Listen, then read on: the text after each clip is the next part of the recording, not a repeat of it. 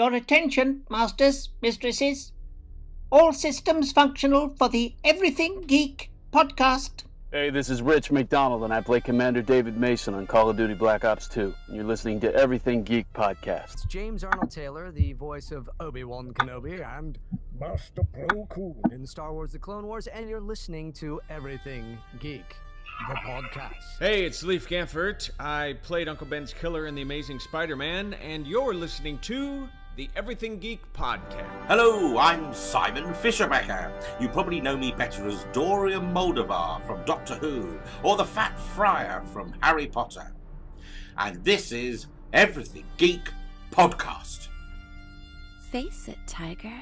You just hit the jackpot with the Everything Geek podcast.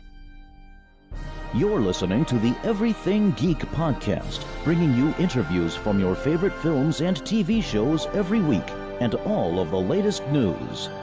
Here's your host, Ruari Williamson.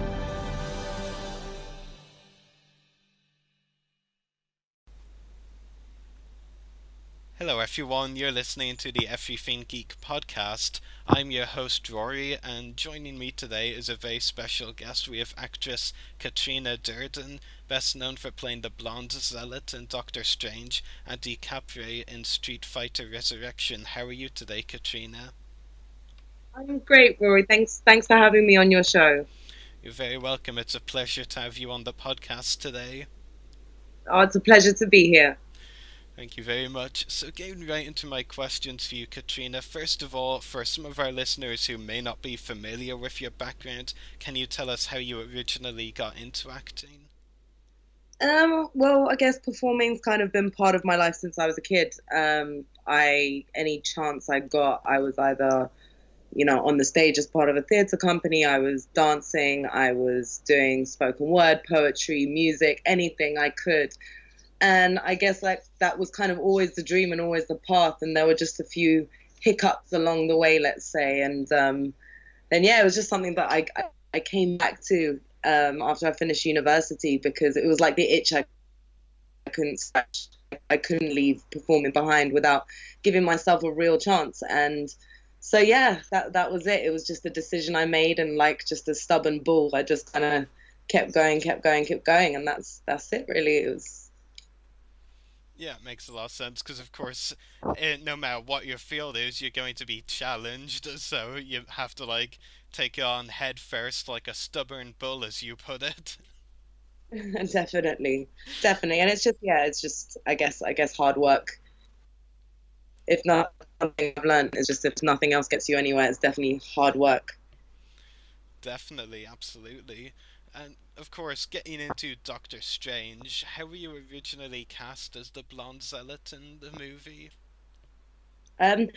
Basically, a friend of mine had previously worked with the casting director, Reg Pascal Edgerton, who's incredible. And so I was just someone that was recommended. I was a name on a list, and I went for the audition. I didn't think I did particularly well, but then 4 weeks later, I got a phone call, and I kind of lost my mind a little bit, pretty much.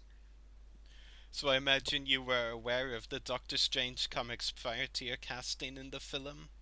Yeah, definitely. I mean, Marvel was such a big, part of my life growing up. I was aware of Doctor Strange. Doctor Strange was a little kind of before my time. He was a lot sort of bigger, 60s and 70s, I guess, around that sort of period. And I was more into X-Men, and X-Men was my real thing, and I loved those stories, and Wolverine and Deadpool and all those characters. But regardless, Marvel was a big part of my life. And then when I got the opportunity, or that they told me I might be in the running to be one of the Zealots, I did my homework, went back and read some of the Doctor Strange comics, and they're awesome. They're great reads, and just the artwork is so incredible, and it's amazing to see how the film has captured a lot of that and put it on screen.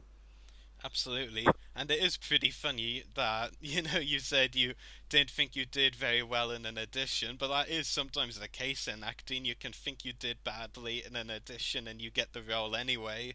I know that's happened with a lot of actors and actresses, as well as yourself, that have done badly in an audition and got the role anyway. I just, you know what, it wasn't even kind of so much that. I just came out of there and was just thinking, you know what, that was an awesome experience. It was nice to meet some new talented people, and great, if nothing else, awesome. And then so it was a nice surprise to get that call. I think that's the best way to look at it. If nothing else, you at least gain the experience of meeting some new people, them being aware of you, you know, in case you don't book that film, but they could come back to you again, because like it's Marvel, they've got so many films. Guess it's just part of the business, I guess. Yeah, definitely. And in the case of Doctor Strange, it of course is such a heavy visual effects film. There's a lot of effects going on in it. What was that like for you as an actress to perform in? Were you shown any references to what you were supposed to be seeing before shooting the scenes? Definitely. I mean, a lot of the stuff was prevised. Again, the guys, just the previses themselves were an incredible feat. They were so intricate and so well done. So, yeah, you had a kind of visual reference, I suppose, for what was expected or what people wanted to achieve in the scene. It didn't prepare me for what I saw. It's just, that was incredible, but then the film just blew everything out the water, you know, in terms of what it did visually. So yeah, but when we were on set, of course, it was a lot of set pieces. Some of the sets were incredible, so it wasn't that far off, but then there was a lot of green screen stuff as well. So, and especially with the Hong Kong sequence, I mean, they built Hong Kong and it was incredible. But just in terms of how it would all play out on screen, you just had, you had no idea. So it was great to finally see the film. Definitely. It would have been even more impressive if they built the entirety of Hong Kong as a set. Exactly. Yeah, but... No, they went to Hong Kong and filmed some of it there, and then they rebuilt the street in various studios. So it was incredible to kind of, see how it was all created at that level, you know? Definitely. And what was your first impression when you originally stood on the set of Doctor Strange for the first time? Oh my god, I'm going to be in a Marvel film. The best first impression. Pretty much. I mean, like, my inner child was just losing its mind. So, I mean, it's kind of like a state of shock that I was in for most of filming. And I guess it didn't even really sink in kind of after we were done, or maybe even like the last day on set. But yeah, it was one of those, childhood bucket list things, the Marvel universe. And there I was, battling Doctor Strange next to Mads Mikkelsen and, all these other incredible talents from the UK, Benedict Wong, Scott Adkins, Zara Fithi, and Ala Safi, who's actually from France, but we'll include him in that. And yeah, so, and all of them, Tilda Swinton, I mean, everyone, Chiwetel Ejiofor, it was just an incredible bunch of people to be a part of. So yeah, it was just, as I said, my inner child was definitely happy that day. Yeah, definitely. And I am glad that I'm sure he is as well, that you did mention Ala, because he was on the podcast last week, so I don't think he would have forgiven you if you left him out. Oh no, Ala's incredible. He is just one of the most talented guys, and just in general, just nicest people to have worked with as well. So I'm glad you got to speak to him. Yeah, definitely. I'm very glad as well. It went on for a whole hour. Wonderful. Yeah, that particular interview. So that was a very enjoyable interview for sure. So yeah, and of all of the scenes in Doctor Strange, which do you reckon was the most challenging scene for you to perform in? I guess, I suppose the Hong Kong sequence was challenging. Not so, I mean, of course, the action was awesome and, challenging in itself, in the fact that, I was flying up and down bamboo scaffolding and being thrown around, and things were reversing, then going forward. It was mainly just the kind of the timings of everything and how it was all working, what was in real time, what was not in real time, what was, when we was, fully staffed. It was just a logistical, crazy, madness of an exciting journey that whole month that we were filming the sequence. So, yeah, I definitely have to say that Hong Kong, that final section was the most challenging, but one of the most exciting parts of filming that whole film. Yeah. So yeah, but it was all great. It was just, all of it was just a great experience. Yeah, definitely, and there's a really interesting thing you bring up as well, because it may be less than 10 minutes or however. I'm sure there's someone out there who will estimate or get an exact amount of how long the con sequence was, but it just shows how much work goes into even sequences that are like less than 10 minutes. Like you just said, you spent a whole month filming that sequence. Oh, for sure. The amount of work put in by the cast and crew, it's just, it's a long time, and it's a lot of intricate work from all departments, so everyone's kind of working at the top of their game. And it does take time to get that level, to achieve that level of, that kind of visual part of the cinematic universe, that kind of the magical interdimensional stuff. I mean, definitely it's gonna be challenging. So yeah, it was many long nights, but yeah, loads of fun had on set. I have to say, it was some of the best memories of that entire shoot were had on those mean streets. That's really great. And how would you describe your overall experience working with the cast and crew of Doctor Strange? Would you work with them again? Oh my God, it was like a family. I think when Tilda Swinton was on the red carpet in LA, we didn't go to the premiere. We went to the London one, but not the LA one. She was talking about filmmaking and how she kind of got into it, and it was all kind of like going to the circus, like joining the circus with a bunch of mates, and it really is that. And it's like these people become kind of a family, and you're all working towards the same goal for the same reasons. And yeah, it's an incredible experience. It's sort of the dream. My kind of dream, just overall in life, has always been to do what you love. It's kind of that simple, but yeah, and that was the biggest aspect of that whole shoot that made it kind of special. It was just that it was that, it was literally living the dream. So yeah, and everyone was just so as I said, just everyone top of their game.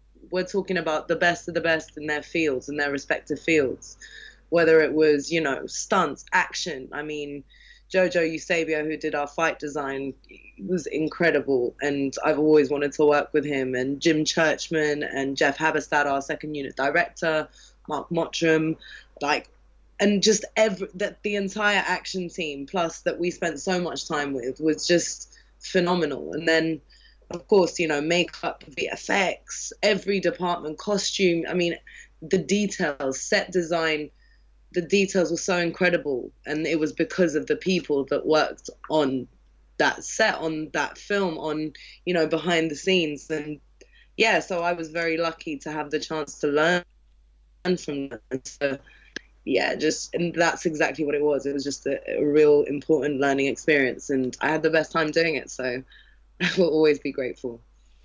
Definitely, and I'm glad you brought up the behind-the-scenes people, because I always find that on whether it's films, TV, or it could be TV shows, or just anything in general in the media, I do find that the behind-the-scenes people don't always get the credit they deserve. So I'm really glad you brought them up, because they put so much work into the film and sometimes don't get recognized as much for that. Definitely, as I said, it's like it's a team effort, right? And and it's like a well-oiled machine. Every cog turns, the other cog, every part has its place in the system, and it can only work with everyone working to the best of their ability. And yeah, it's all about teamwork, and that's kind of why I love filmmaking. It's because it's a teamwork thing. It's because it's everyone working towards the same goal. That's a big pull of it, and just the level of talent within each sector is just incredible when you look into those, and actually look into the engine, so yeah, I have to say that was definitely the highlight, the people. Absolutely.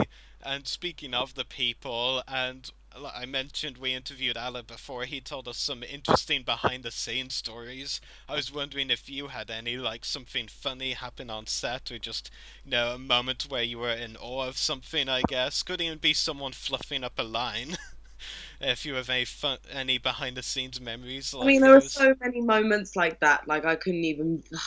Lord, too many is the answer for you. I mean, I can tell you when I went back for reshoots that, yeah, it was almost like when after we've actually wrapped principal photography and then we went back, I think it was when I was sitting in the chair, on the first night getting my makeup done. And it was just fairly zen, just, talking to the head of makeup, Jeremy, who is incredible. Just one of the most creative, talented human beings. And yeah, and then I just felt two hands on my shoulders and all I hear is, "Hello, darling." And I open my eyes and it's Benedict Cumberbatch. And I just I'm there for a second and I'm like, this is my life now.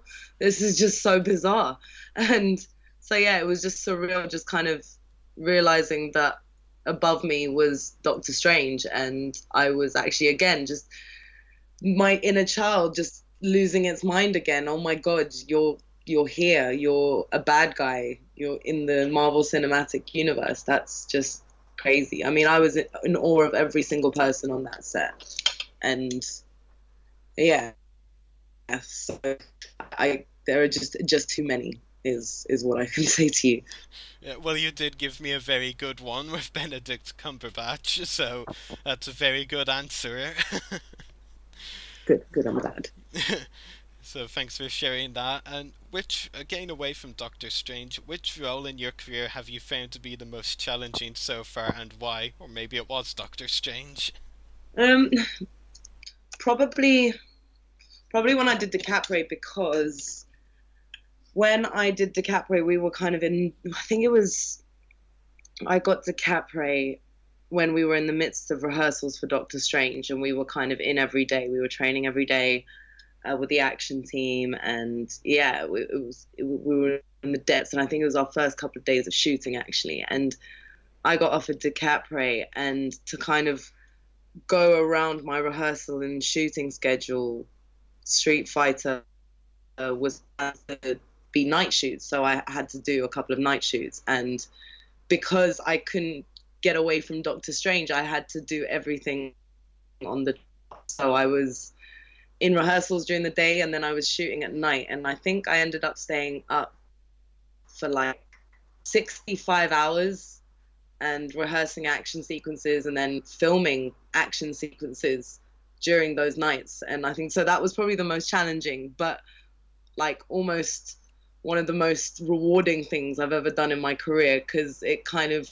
showed me that I would do anything to do what I was passionate about, and I could do anything.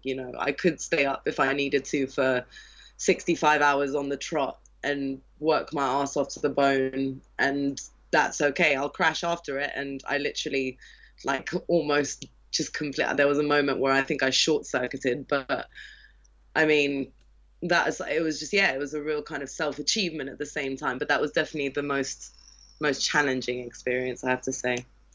Yeah, that's a really good point as well, because if you're passionate about something, you're more likely to kind of push yourself to the limit, I guess, to do it, which you showed there, working so many long hours like that. Well, it was either that or not do it, and yeah, I was going to do it, so yeah, and you did.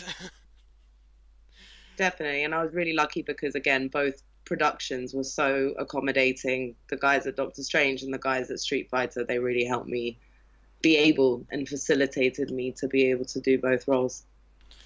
That's great. And finally, Katrina, do you have any upcoming acting roles or any other projects coming up that you would like to talk about?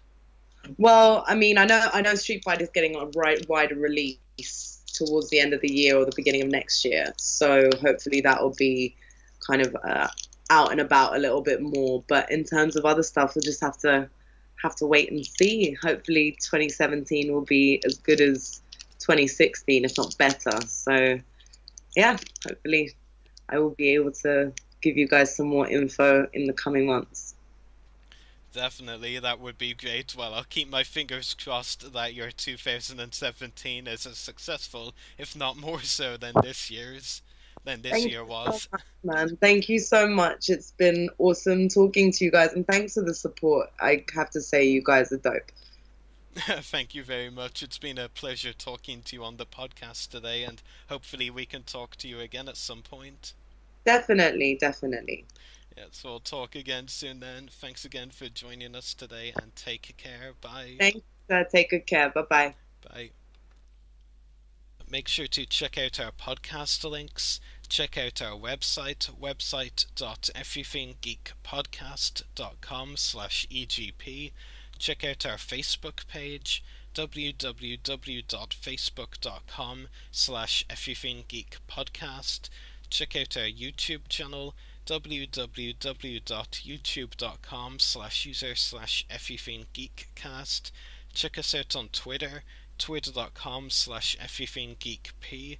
Check us out on Instagram, instagram.com/official everythinggeekpodcast. Check out our Mixcloud profile, www.mixcloud.com/everythinggeekpodcast. Email us at the following email, everythinggeekpodcast@gmail.com. Check out our companion podcast, Everything Geek Comiccast, www.facebook.com/everythinggeekcomiccast. Make sure to check out the hosts' YouTube channels. Mine is www.youtube.com/user/separatist-destroyers. Check out Katrina Durden's website, katrinadurden.com, and check out channel 1138 where we broadcast live from, www.channel1138.com. Geeks out, everyone. And the the concept of the Purge has caught on so much that Universal was willing to give us such a big movie weekend. So we're excited about the movie, which I think is great. Yeah, I mean, that's the audition that I just told you about. That really, I think that was more than helping me, with getting the part. But then, I mean, the whole